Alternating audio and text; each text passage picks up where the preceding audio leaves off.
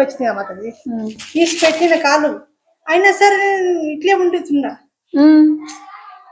నేను ఎందుకు బాగా గాఢ నిద్ర దగ్గర లేపినాక ఏది ఎవరు అంటే కూడా ఏ ఉండు మళ్ళా నిద్ర వస్తాను అట్లా. నేను అంటే ఉండు నీకు నీకు నొప్పి కలిగినా మళ్ళీ ఇట్లా వేసేసుకొని ధ్యానంలోకి వెళ్ళిపోతున్నావు. అట్లా అన్నట్టు ధ్యానంలో కూడా నీకు ఎట్లా అనిపిస్తుంది అంటే కొంచెం కదిలినా మళ్ళీ నిద్ర వస్తుంది. మళ్ళీ నిద్ర కాదు ధ్యానంలో పోతున్నాం అది అట్లా అంటే మనం అట్లా అంటారు కదా. అవును, ధ్యానం అట్లా జరగాలి. ధ్యాన ధారణ అంటారు.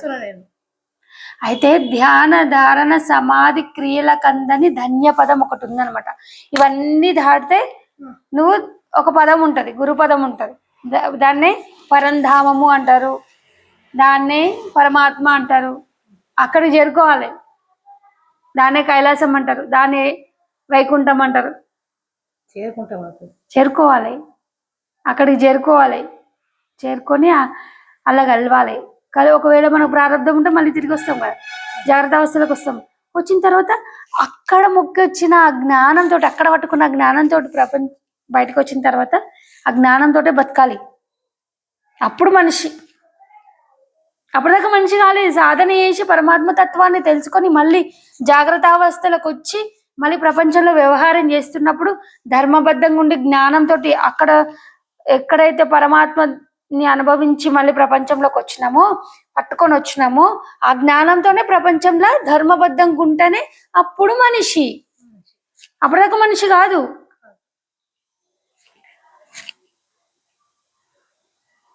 ఏమంటారు, మానవుడే మాధవుడు అయింది అంటారు చూడు. అట్లా అప్పుడు జ్ఞానం వస్తుంది. కాబట్టి ఏం చేశారంటే ప్రపంచంలో సమాజానికి మొత్తం సేవ చేస్తారు. ఎవరిని దూషించరు.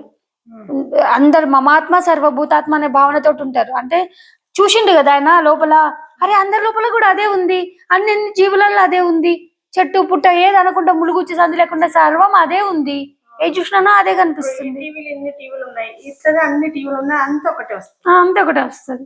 మా టీవీ ఈ టీవీ అన్నీ ఎవడే ఛానల్ ఓపెన్ చేస్తే అదే వస్తుంది. అట్లా అట్లా కావాలి. అన్ని సమాత్మ భిన్నత్వంలో ఏకత్వం అన్నాం కదా. భిన్నత్వంలో ఏకత్వాన్ని దర్శించాలి. మనం భిన్నత్వం నుంచి ఏకత్వంకి వెళ్ళినాం, మరి ఏకత్వం నుంచి మళ్ళీ భిన్నత్వంకి వస్తున్నాం. అంటే ఏకత్వాన్ని సంపాదించినాం, పరబ్రహ్మ స్థితికి బ్రహ్మస్థితికి ఎదిగినాక మళ్ళీ మనం ప్రపంచంలోకి వస్తున్నాం. ప్రారంధం వల్ల మళ్ళీ ఉన్నాయి కర్మలు కాబట్టి వచ్చినప్పుడు మళ్ళీ ఏకత్వం నుంచి భిన్నత్వంకి వచ్చినాం. కాబట్టి భిన్నత్వంలో కూడా ఆ ఏకత్వాన్ని చూసినోడే అసలైన మనిషి, అసలైన గురువు, అసలైన సిద్ధాంతం. అర్థమవుతుందా? భిన్నత్వంలో ఏకత్వాన్ని దర్శించినప్పుడు, భిన్నత్వం నుంచి ఏకత్వం వరకు వెళ్ళినప్పుడు, ఆ ఏకత్వం పట్టుకొని మళ్ళీ భిన్నత్వంకి వచ్చినప్పుడు సర్వత్రా ఆ భిన్నాలు కనిపిస్తున్నా దాంట్లో నీకు ఏకాత్మ భావననే ఉండాలి. దాన్నే మమాత్మ సర్వభూతాత్మ అంటారు.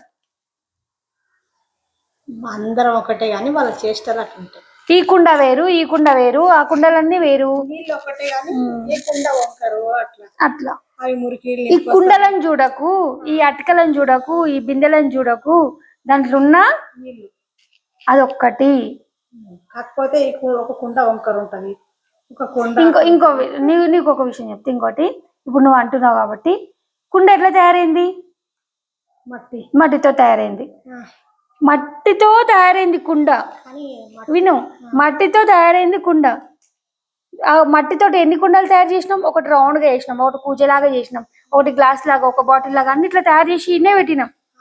పెట్టినప్పుడు నీకల్లా ఇది నువ్వేమనిపిస్తున్నావు? తెలివిలేనోడు భిన్నత్వంలో భిన్నత్వాన్ని చూసేటోళ్ళు ఏమని అనుకుంటారు అంటే, ఇది కుండ, ఇది కూజ, ఇది బాటిల్, ఇది అట్టిక, ఇది అట్టిక అని పేర్లు పెట్టుకుంటా. ఇది ఇట్లుంది, అబ్బా ఇది ఎంత డిజైన్ బాగుంది అని దీన్ని తీసుకుంటాం. ఈ డిజైన్ ఏ డిజైన్ బాగుందో అది వెతుకుతుంటాం. జ్ఞాని వస్తాడు అక్కడికి, కుండ తీసుకోపోనికి జ్ఞాని వస్తాడు. ఫస్ట్ ఏం చూస్తాడు ఆ జ్ఞాని? ఆకారాలు చూడాడు.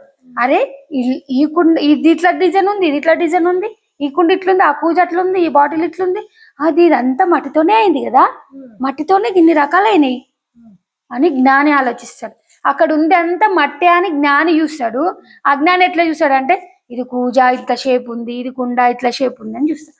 ఆకారాలు అజ్ఞాని చూస్తాడు, నిరాకారాన్ని జ్ఞాని చూస్తాడు.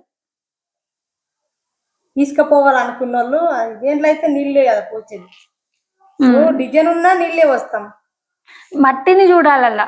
మట్టి ఒకటే, మట్టి ఒకటే. ఇప్పుడు బంగారం ఉందమ్మా, బంగారం ముద్దుంది నీ దగ్గర, దాంతో ఎన్ని చేపించుకున్నావు? పుసల తాడి చేపించుకున్నావు, నెక్లెస్ కమ్మలు, గాజులు, రింగులు అన్ని చేపించుకున్నావు. దాని అంతా నువ్వు ఏమంటున్నావు? నీ దగ్గర ఏముంది అంటే ఈ సొమ్ములు ఉన్నాయి, ఆ సొమ్ములు ఉన్నాయి అంటావు. చూపించుకొని కింద వేసుకుంటావు, కానీ నీ బ్రెయిన్ లో ఏముంటది? ఇంత బంగారం ఉంది నా దగ్గర, ఇదంతా బంగారమే అనుకుంటావు.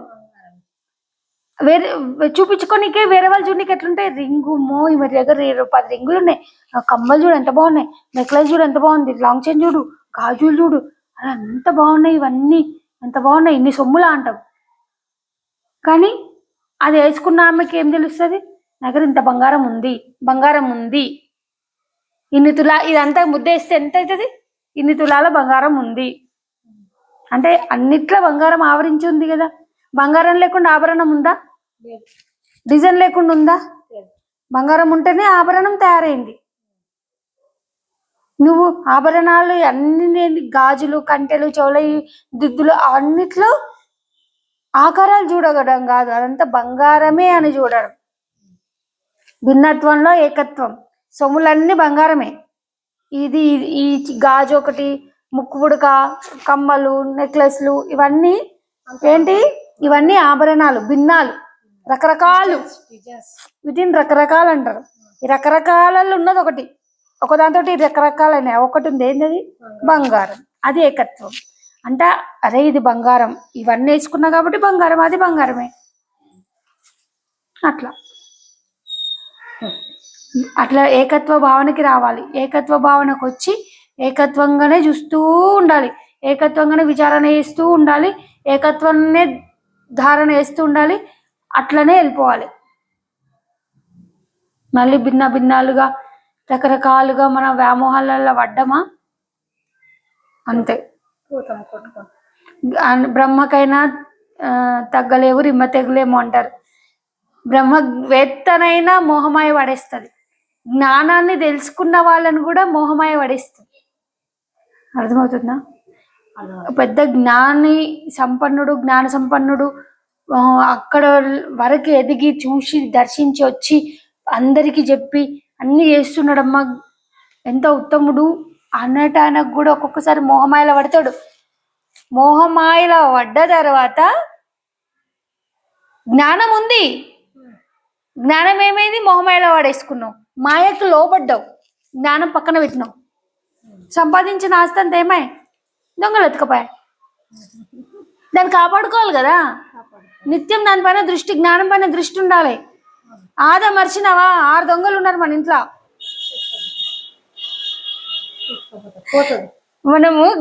మనము సాధన తీక్షణంగా సాధన చేసి ధ్యానం చేసి జ్ఞానం పొంది మళ్ళీ వచ్చినాం. జ్ఞానం అనే నిధిని పట్టుకొని వచ్చినాం. నిధిని పట్టుకొని వచ్చినప్పుడు ప్రయాణం చేసి తవ్వి పోయి మనం నిధిని పట్టుకొని వచ్చినప్పుడు ఆ నిధిని చూసుకుంటే, కాపలా కాసుకుంటే, దాన్ని అనుభవించుకుంటూ ఉండాలి కదా. ఆ జ్ఞానాన్ని తెచ్చుకున్నప్పుడు దాన్ని అనుభవించుకుంటూ ఉండాలి. అది అనుభవించుకుంటూ ఉండి కూడా నీకు మోహమాయలు 6 శత్రువులు ఉంటాయి మన ఇంట్లో. ఈ ఇంట్లో 6 శత్రువులు ఉన్నాయి. ఎప్పుడు వీడు ఆదమరుస్తాడా, మనం ఆ వజ్రాన్ని తస్కరిద్దామా, ఆ నిధిని తస్కరిద్దామా అని 6 దొంగలు చూస్తుంటాయి మన లోపల. దాన్ని అర్షడ్ వర్గాలు అంటారు. కామ, క్రోధ, మోహ, లోభ, మద, మాత్సర్యాలు, ఇవన్నీ దొంగలు మన ఇంట్లో ఉంటాయి. ఈ శరీరం మన ఇంట్లో ఉంటాయి. మంచి జ్ఞానం ఉంటుంది, రత్నం జ్ఞానం. అది ఎప్పుడు దొంగలిద్దామా, ఎప్పుడు వీడు కొంచెం మాయల పడతాడా, కొంచెం నిద్రమత్తులోకి వెళ్తాడా, ఎప్పుడు దొంగతనం చేద్దామా అని 6 శత్రువులు దొంగలు మన లోపల ఉన్నారు. ఆ దొంగలకు చిక్కకుండా ఆ జ్ఞానంతో మనం ఉండాలి. జ్ఞానాన్ని పట్టుకునే ఉండాలి. అది పట్టుకొని ఉంటే వాడు ఎట్లా దొంగతనం చేసుకుని పోతాడు? ఆ జ్ఞాన సమక్షంలో మనం ఉంటే ఈ అరిషడ్ వర్గాలు ఏం చేస్తాయి? నువ్వు అరిషడ్ వర్గాలకి అవకాశం ఇస్తే ఇది జ్ఞానం పోతుంది. ఎప్పుడు పట్టుకున్నాడు అంతే మరి. అందుకని ఇక్కడే దెబ్బతింటారు చాలా మంది. జ్ఞానం పట్టుకుని ఎక్కడైతే మనం పరమాత్మ దర్శనం చేసుకొని అక్కడ కలిగిన జ్ఞానంతో బ్రతుకుతుంటే అరిషడ్ వర్గాలు ఏం చేయవు. ఏదో ఆదమరిచి మనం ఈ మాయకి లోబడ్డమా, మోహానికి లోబడ్డమా, ఏ మోహమైనా సరే ఆ స్త్రీ వ్యామోహమైన, పురుష వ్యామోహమైన, ధనమైన, కీర్తి అయినా, పేరు ప్రతిష్టలైన, ఆహారమైన, దేనికైనా మనం లోభపడ్డమా, దానికి కొంచెం సంధి ఇచ్చినామా పడేస్తుంది మనల్ని. తస్కరిస్తే ఈ 6 దొంగలు ఎత్తుకొని పోతాయి జ్ఞానాన్ని. అందుకని ఎత్తుకపోనీయకుండా జ్ఞానంని గట్టిగా పట్టుకొని బతకాలి చచ్చిపోయేదాకా. అర్థమవుతుంది కదా? దొంగలకి తాళం చేతులు ఇయ్యొద్దు మనం. దొంగలు ఉన్నారని తెలుసు, ఇంటి దొంగని ఈశ్వరుడైనా పట్టలేరు అంటారు. ఇంట్లో 6 మంది దొంగలు ఉన్నారు, ఇలా అరిషడ్ వర్గాలని 6 మంది దొంగలు ఉన్నారు, వజ్రం ఉంది. అనునిత్యం దాన్ని జ్ఞానం అనే వజ్రాన్ని పట్టుకొని ఉండు, అవేం చెయ్యాయి. ఆవిడకే యాస్ట్ వచ్చి వీడు పోయేటట్లేడు, వీడు మోమాయలు పడేటట్లేడు, ఇది జ్ఞానం ఇచ్చేటట్లేడని వాటికి చూసి చూసి చూసి విసుకొచ్చి అవే పోతాయి ఒకప్పుడు. అంటే అట్లా సాధన చేయాలి. ఇంత మాట్లాడుతుంటే, దాన్ని అనుభవిస్తుంటే ఎంత సంతోషం అవుతుంటుంది. విచారణ చేస్తుంటే ఎంత తిండి లేకున్నా సరే విచారణ ఉంటే విచారణ చేసుకుంటూ మంచి ఆనందం అనిపిస్తుంది. నిజంగా నాకు చాలా విచారణ చేస్తూ సత్సంగం చేస్తుంటే ఎంత సంతోషం అవుతుంది అంటే దేని మీద ధ్యాస ఉండదు ఇక, అంత బాగా అనిపిస్తుంది. ఎక్కడ లేని ఎనర్జీ వస్తుంది విచారణ చేస్తే. నాకు